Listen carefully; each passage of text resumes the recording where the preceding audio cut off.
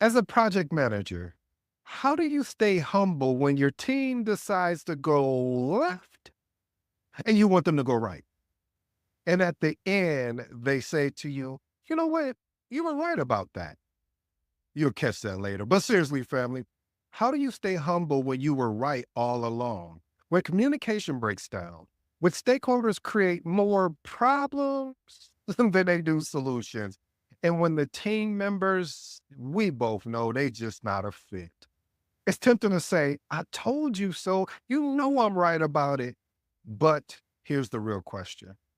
How do you lead with grace when your foresight could have saved the project? In today's episode, we're going to address the following. Is it about proving that you are right or finding a way to ensure your team learns and grows together? And my last and final question to you, family, what kind of leader are you or will you be when the pressure is on and you have the option to say, I told you so versus to lead with grace? I hope you enjoyed today's episode. It may be a little controversial, but hey, that's how we roll anyway. So let's jump into today's information. Have you ever had those I told you so moments? And I know I have. And anybody that's listening, I don't care. You can even look in your personal life. You've probably had those I told you so moments. All right. Point number one, predicting a project delay due to inadequate resources. See, early in the project, you warned the project was under resources, which could cause delays. You see, family, one of the things I said I would love to recommend to PMI is to have resource constraints as part of the triple constraints. Why is that? Because resource constraints can really add a lot of impact to how the project is led, even from a project management standpoint, as well as stakeholders and project team members. Okay, you confused me here. What do you mean by that, Evie?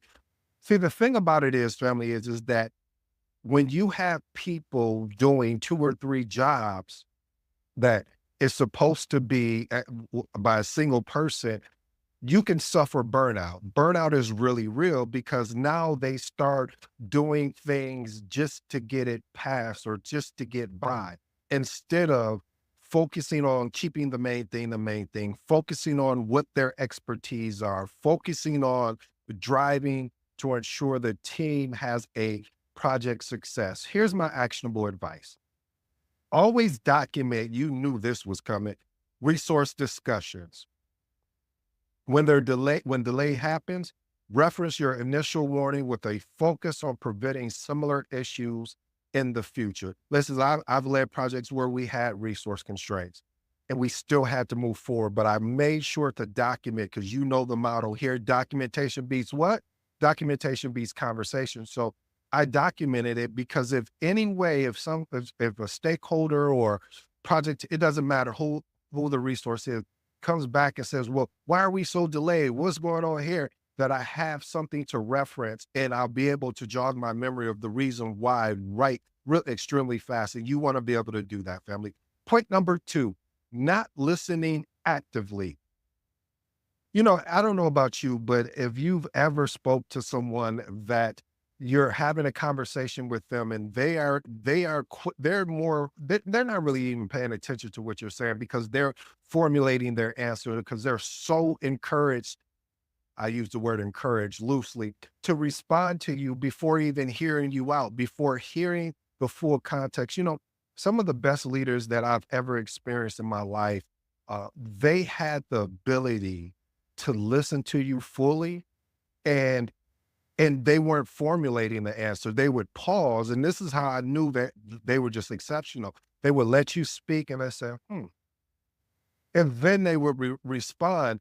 And it was more about the pause that arrested my attention, family, because of the fact that they were more focused on really getting a understanding of perspective and really truly listening to you, where in other words, you will have people that are really just looking to give their consultation, to give their advice without even hearing what is the actual problem. So communication breaks down happen when team members only focus on getting their points across without truly trusting, or I should say, it should be trusting and listening to others. Here's my actionable advice. Foster a culture of active listening. Encourage team members to repeat or paraphrase what was said before responding and ensuring clarity. I've shared that with you before. That's one of the things that I started doing more of is when I hear a stakeholder or a project team member say something to me, I say, is it okay if I paraphrase what you said or actually repeat back everything? Because I want to make sure you and I are aligned, that there are no communication breakdowns. And honestly, that tends to work much better than me not even doing that, because now we're both aligned. So there's not going to be a, well, you misunderstood what I said, or that's not what I meant. Nope. We have understanding what you mean by that. Let's move on to point number 3.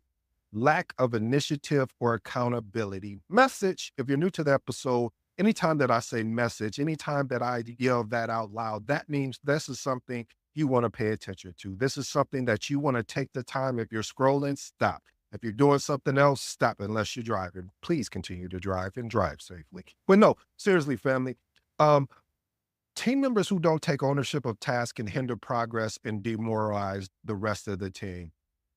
One of the things I have to control myself is I get irritable because of the fact of, as a project manager, you don't want to be someone, even though I know it's cliche, to be someone that's always driving a project, because it takes away of your ability to support. I like that. Because see, when you are more in a supporting feature, you're able to allow the project team to focus on their work while you're removing impediments. That sounds like a scrum master, doesn't it?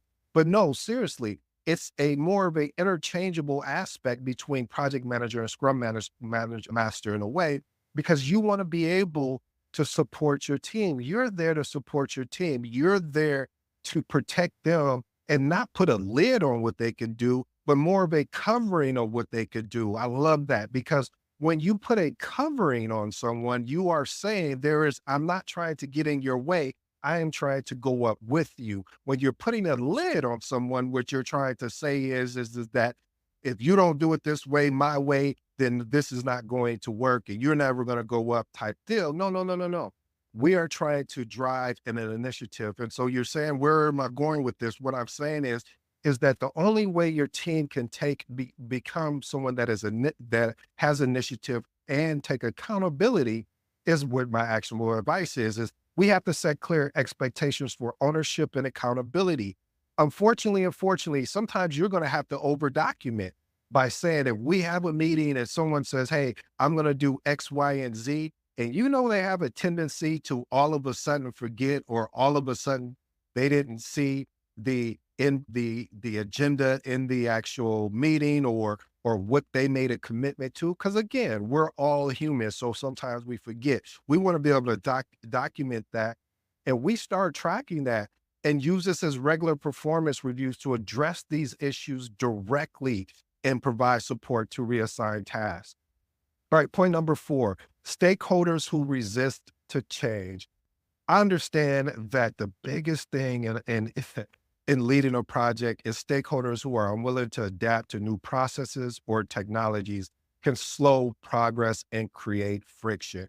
A lot of this friction and emotion from that friction comes from, oh, well, we've always done it this way. Why do we got to start doing this new process? And why do we got to use this new technology? And you have to, here's my actionable advice, family, involve these stakeholders in the planning stages. And sometimes I can't fault these stakeholders from feeling the way they feel, because somebody will go off and create this massive process, and then they don't involve the people that are going to be responsible for implementing it, instead of taking a collaborative approach and saying, listen, this is the problem that we're seeing, and we need your help to come together to put a process together. And then watch this. Ooh, this is getting too good to me, family.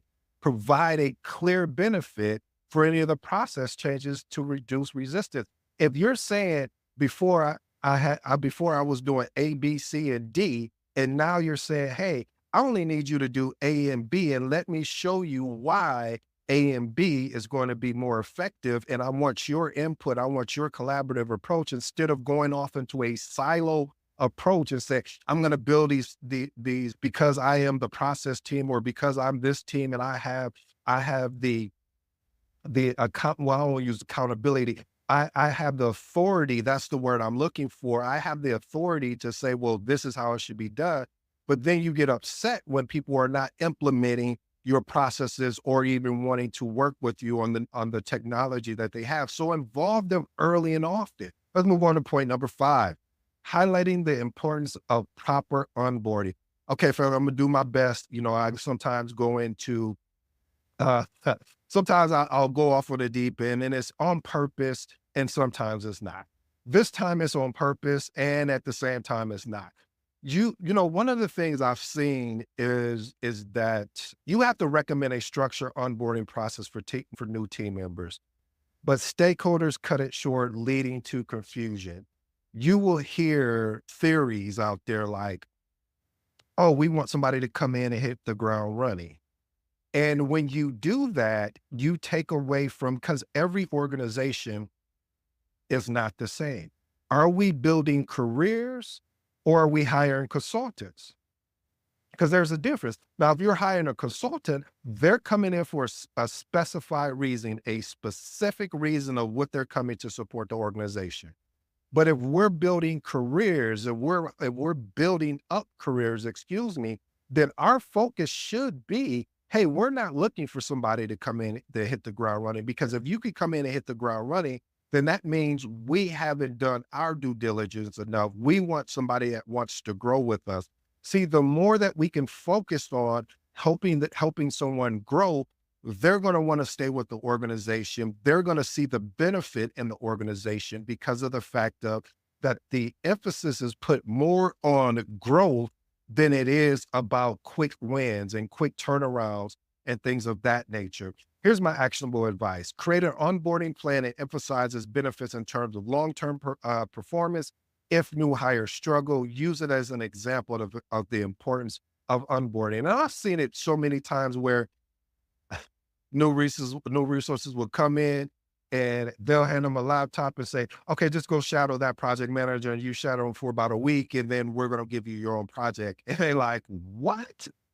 And yes, that happens. But then what ends up happening is that the direct manager or the PMO gets frustrated with that new project manager. Is like, man, why did we hire this project manager? He or she doesn't even know what they're doing. It's not that they don't know what they're doing. Processes and procedures were different at a previous organization than it is at this organization. So you'll have to be able to provide a window of opportunity for that person to learn and train and give them proper direction. So again, avoid the terminology of hitting the ground running and focus more on growth. Let's move on to point number 6, ignoring the need for cross-functional team alignment.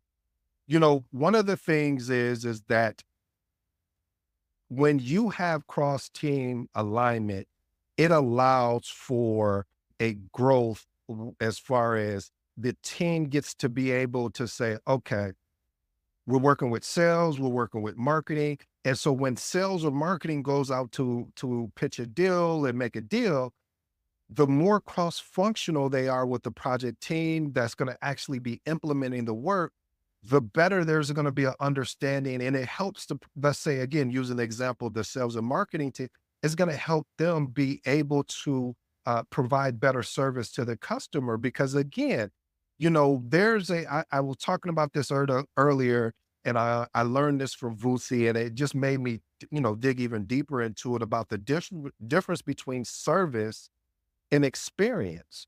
And when you go out to eat, you're looking for both of those things. If you go to the store or wherever where there's service at, you're looking for service and an experience. And if you have one without the other, it's not going to be an effective, I don't care what the product is, I don't care how deep you discount it. Eventually, the person that will be willing to pay more to have a great experience as well as to get amazing service. So I recommend having cross-functional meetings to align with teams, but stakeholders didn't see the need until misalignment caused actual delays. Point number 7, disregarding communication bottlenecks. One of the things, if you'll know about me and what I've learned in this thing that I love, that I hope you fall in love with, called project management, is there is always there's some foundational principles. And one of the foundational principles that I lean on all the time is communication. Communication. And the reason why is because if we do not communicate properly, and communicating properly is not using a bunch of jargon or words to show how smart you are. I am referencing communicating properly to ensure that what I am sending, the person is receiving the information properly, that they can take the proper amount of action. So you point out communication bottlenecks between departments, but they were ignored, leading to a misunderstanding later. If you were to go back and look at any misunderstanding with any project you ever been a part of, or if you're new to this thing called project management, if you ever, when you get your first project, you'll see that the biggest things that are that lead to poor performance in a project, or a project eventually failing, is due to communication. Because if we didn't communicate the schedule properly, the project would fail. If we didn't communicate the budget properly, the project would fail. If we didn't communicate the scope properly, you kind of get where I'm going. Here's my actionable advice. Set up clear communication channels and product protocols early and often. If communication failures impact the project, reference early concerns and suggest improved channels moving forward. Point number 8, highlighting the importance of training. You push for comprehensive team training, but it was deprioritized, resulting in inefficiencies. I've struggled with this in many occasions. One moment I was like, I'm big on training. I think it needs to happen. And then another, I was like, no, but then I realized that reason why training is important and I'm speaking, if you're working for an organization, is because of the fact of what I know there's a fear, I don't even know if that's a good choice, a concern. How about that?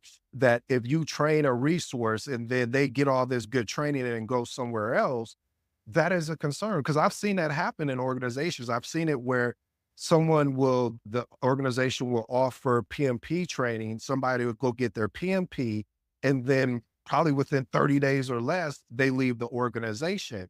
And if the and I thought about that, that's why I've struggled with it, because I've always went in my own pocket and bought my own training, because I never wanted the organization to feel like if they invested in me and I had decided to leave, that it was some kind of because of what they invested me in. So I thought, hey, I'd rather just take that and invest in myself. And I recommend you doing the same thing, because when you start investing in yourself, then it doesn't matter what the organization has done. And plus, you'll still bring more value. So this is one of the things that I've always pushed for still. Like I said, at first I was on the fence, but now I definitely believe the importance of training and organizations making that investment. And if that resource leaves, so be it. But just know that there's going to be somebody else that's going to want to be part of that organization, because of the fact that the other organizations is not offering training. So you're telling me I get to come here, get to learn, get to train, and offer incentives. If you're seeing people are leaving, maybe the problem has nothing to do with them getting trained. It probably has something. If there's a deeper root cause of, maybe is the environment or the culture, in a sense. So always include training in your project plans. If lack of training causes issue, use this as an opportunity to advocate training in future projects. Again, there's probably a deeper rooted issue, which is the ability to retain a resource, because they're like, I need this training and I need to get out of here, because I'm not being, oh, I like this. I'm not being celebrated. I'm only being tolerated. So maybe we need to address the culture in the organization, or maybe just that department. And I promise you, when you unpack that, you will see, oh, this is why people are leaving. It makes a lot of sense. All right. I have one bonus for you, family, and I'll let you be on your way. I'll give you my transformational remarks, and then I'll let you be on your way. Ignoring risk assessment. You highlighted key risks during project planning, but the stakeholders chose to proceed without addressing them. Here's my actionable advice. Keep risk laws visible to stakeholders and revisit them regularly if a risk becomes an issue. Diplomatically remind stakeholders about your early risk assessment. Here are my 4 transformational recommendations. Number one, predicting a project delay due to inadequate resources. Again, family, we're based on solutions here and just not beating up on the problem so much, but always document resource discussions as when they delay happens. Reference your initial warning with a focus on preventing similar issues in the future. Number two, lack of initiative or accountability. I have to be honest, sometimes it can be so irritating. However, if we set clear expectations for ownership and accountability and use a regular performance reviews to address these issues directly. See, that's one of the things, that's the key word, addressing them directly instead of beating around a bush, instead of doing surface layer type, get to the root. Why are you not taking accountability? Why are you not being initiative or creating initiatives? And provide support and reassign tasks. Number three, highlighting the importance of proper onboarding. As I stated before, creating an onboarding plan, emphasize the benefits of long-term team performance. And if new hires struggle, use it as an example of the importance of onboarding. Like I said, are we creating careers here, or are we bringing in consultants? Because if we're bringing in consultants, no problem. Hey, just give them a high level onboarding to show them where the coffee is, show them where everything is at, because they're specialized. You need to give them enough as far as to be dangerous of who the resources are and who the stakeholders are. But at the end of the day, yeah, they're specialized. But as somebody that's coming into the organization as a full-time employee, you want to be able to create a culture of which, hey, we're looking for you to be here and so we need to build a career to help you build a career, and avoid using terminology like hit the ground running and focus more on growth. And my last and final item here, family, is disregarding communication bottlenecks. You want to be able to set up clear communication channels and protocols early. And I always say often, if communication failures impact the project, reference early concerns and suggest improved channels moving forward. Well, family, I hope you enjoyed today's episode. One of the things, again, I really want to focus on, it's not about saying I told you so. It's not about, oh, I was right about this. You may feel that, and I get it. Trust me, I get it. Because there's been many moments where I knew I was right and they still wanted to go in a different direction, but I had to sit back and let it play out. I had to let the things happen. But in the meantime, I was also preparing myself as they were doing that to be ready when they came back my way and say, hey, remember those things that we talked about? Here's my plan for it, to how to address it, and be humble enough to be able to do that. At the end of the day, you want to be able to make the team look as amazing as they can be and will be, because more people are going to want to work with you at the end. I go by the name of ED. For all you smart and intelligent folks out there, listen, that just simply means Ed. Until next time, I'm out.